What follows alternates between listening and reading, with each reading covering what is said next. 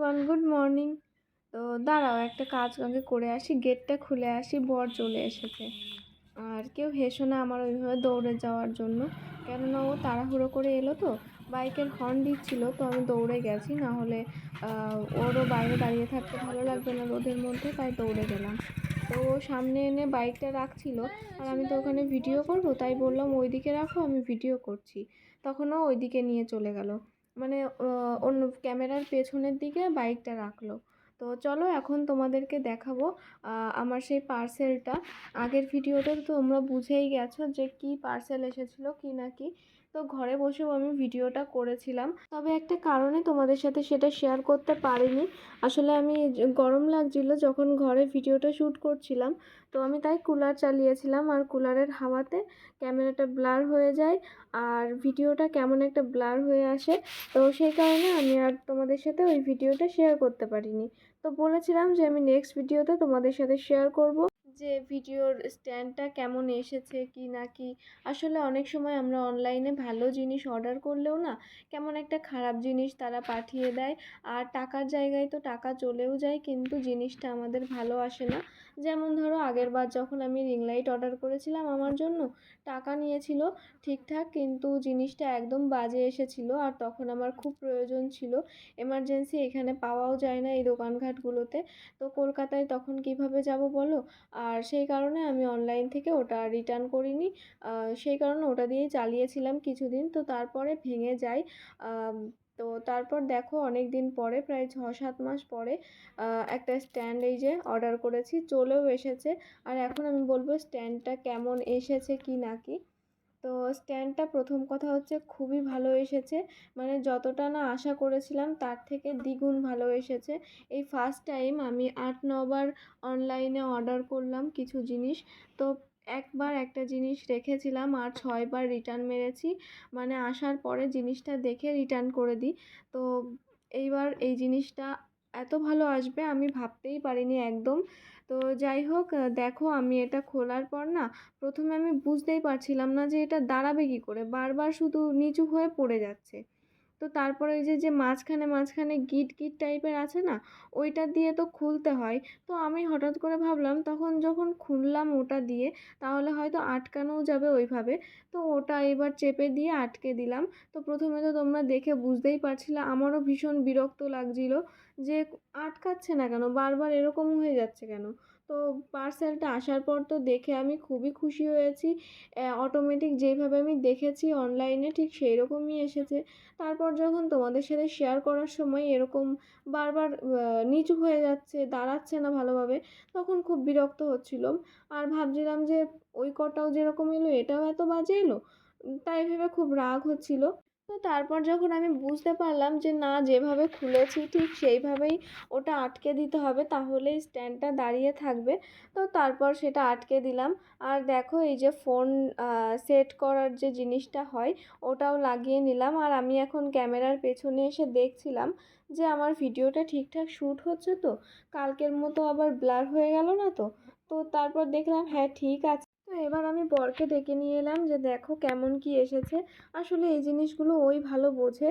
তো তারপরে ও এসে দেখলো, আর দেখে তারপর কি বলছে জানো, একটু ইয়ার্কি করছিল, বলছে আবার লাথি মেরে ভেঙে ফেলবো। আসলে আগের আমার যে রিং লাইটটা ছিল, আমরা দুজনে মিলে ঝগড়া করে না ওটা ভেঙে ফেলেছিলাম। আসলে দুজনের ঝগড়ার পরে মানে লোকসানটা হয়েছিল আমার, আর আমার রিং লাইটটা ভেঙে গেছিলো। তো ও যখন বলল এটা আবার ভেঙে ফেলবো, তখন আমি ব্যাগটা উঁচু করে বলছি যে আমার কাজ হয়ে গেলে আমি আবার ব্যাগের মধ্যে ভরে রেখে দেবো, তুমি ভাঙবে কি করে। তো এখন আমি নতুন স্ট্যান্ডে ভিডিও করছি, ভীষণ খুশি, আমি ভীষণ খুশি, কি বলবো।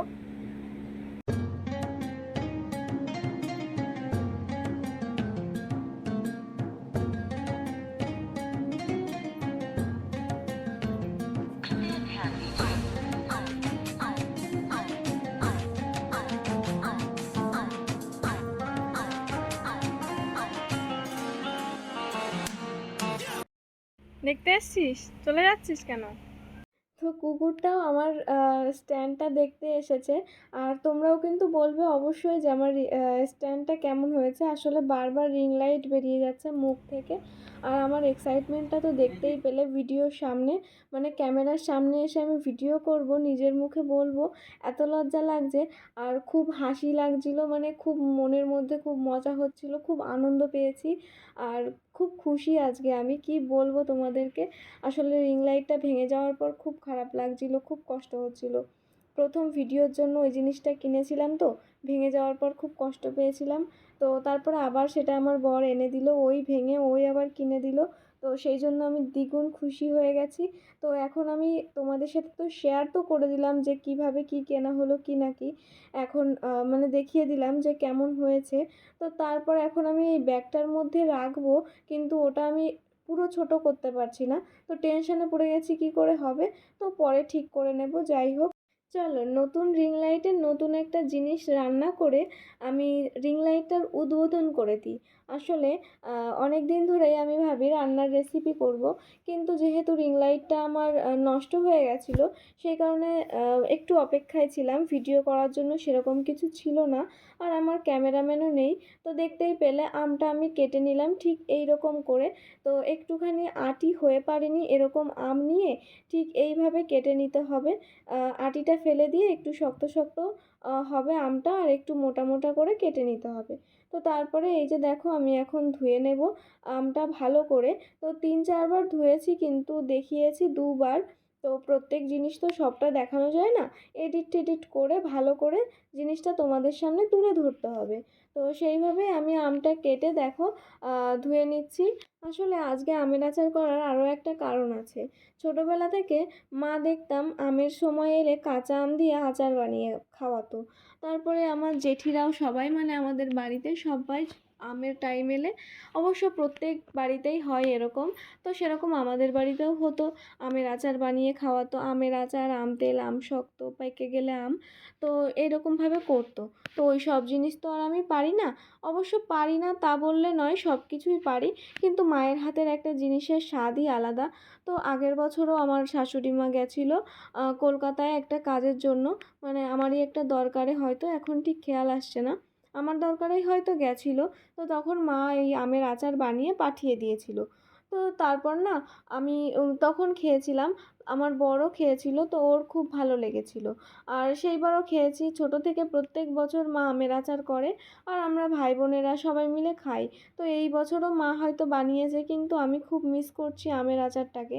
তো বড় বলছিল আগের দিন, তো সেই ভেবে আমি ভাবলাম যে যখন আমি পারবো তাহলে করি। মায়ের হাতের তো পাবো না, কিন্তু মায়ের মতন তো করতে পারি, মায়েরই তো মেয়ে। তো সেই ভেবে আমি কড়াইতে বসিয়ে দিলাম। এই যে দেখো, প্রথমেই আমটা কেটে ধুয়ে নিলাম। তো তারপরে এই যে এখন কিন্তু এটা করছি একটা মশলা। তো কিছু শুকনো লঙ্কা আর মৌরি, তারপর হচ্ছে এইগুলো দিয়ে একটু ভেজে নেব।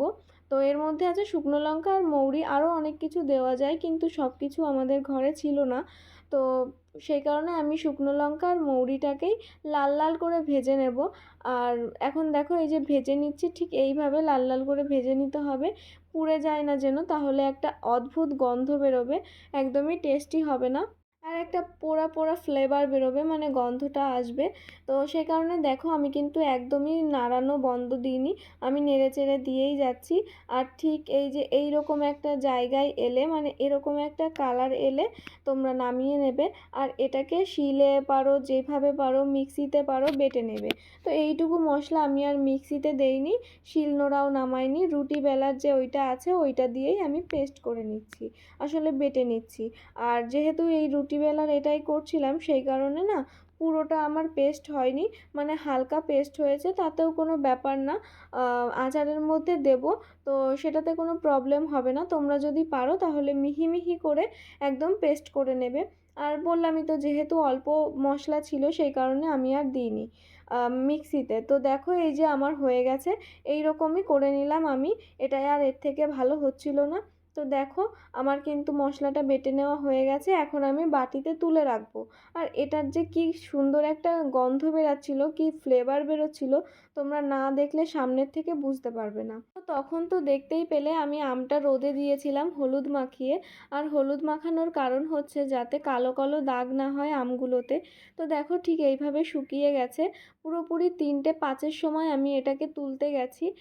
তো 3 ঘন্টা পরে এটাকে তুলে নিয়ে এলাম। বেশিক্ষণ রোদে দেবো না, যেহেতু এটা অনেক দিন থাকবে।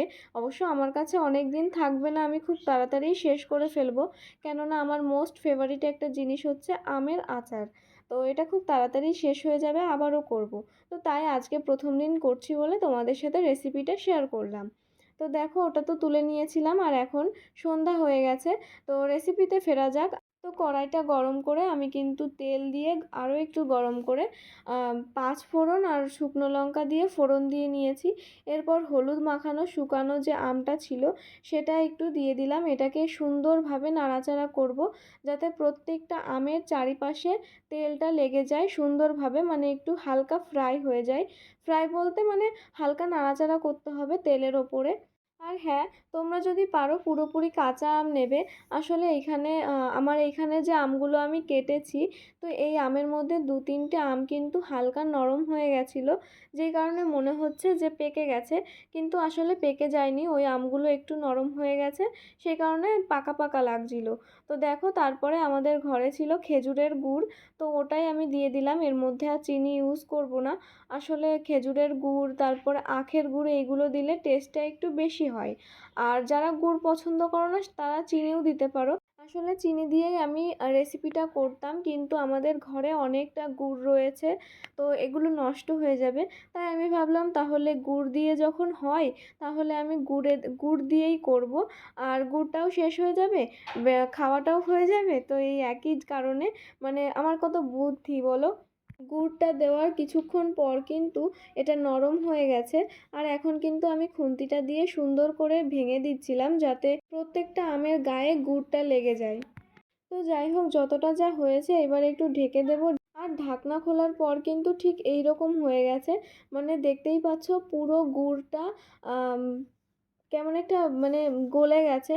আর প্রত্যেকটা আমে কিন্তু লেগেও গেছে, আর প্রত্যেকটা আম মানে গুঁড়ে গুঁড়ে হয়ে গেছে। তো জানি না আমার ভয়েস ওভারে তোমরা কোনো বাজে আওয়াজ পাচ্ছ কি না, মানে আমি যেহেতু গুড় বলছি বারবার, তো হয়তো অন্য একটা শব্দও আসতে পারে, তো কেউ মাইন্ড করো না। ও হ্যাঁ, তোমাদেরকে তো মেন একটা কথা বলতেই ভুলে গেছি। যখন গুড় বা চিনি দিয়ে কোনো রেসিপি করবে এই ধরনের, তখন কিন্তু প্রত্যেকটা সময় এইভাবে খুন্তি দিয়ে নাড়াচাড়া করবে, না হলে নিচের দিকে কিন্তু লেগে যাবে। আর এই ঘটনাটা আজ আমার সাথেও ঘটতো আর একটু হলে। আর আমের আচার কে কে খেতে পছন্দ করো আমার মতো, তারা কিন্তু অবশ্যই আজ কমেন্ট করবে আর লাইক করে জানাবে। তো যাই হোক, দেখো আমার এটা কিন্তু একদম পারফেক্টলি হয়ে গেছে, কমপ্লিট রান্না। তো এরপর এই ভাজা মশলাটা তখন যে করে রেখেছিলাম, এই ভাজা মশলাটা দিয়ে দেব। আর দিয়ে কিন্তু নাড়াচাড়া করে নেব ভালো সুন্দর করে। আর এখনও কিন্তু আমি সুন্দর করে নাড়াচাড়া করে যাচ্ছি, যাতে নিচে লেগে না যায়। তো আমার আমের আচারের কালারটা তো জাস্ট ওয়াও হয়েছে। আর খেতেও কিন্তু পরে যখন খেয়েছি তখন দারুণ হয়েছে। তো আমি এখন মিষ্টিটা চেক করে নিচ্ছিলাম একটু, কেউ কিছু ভেবো না।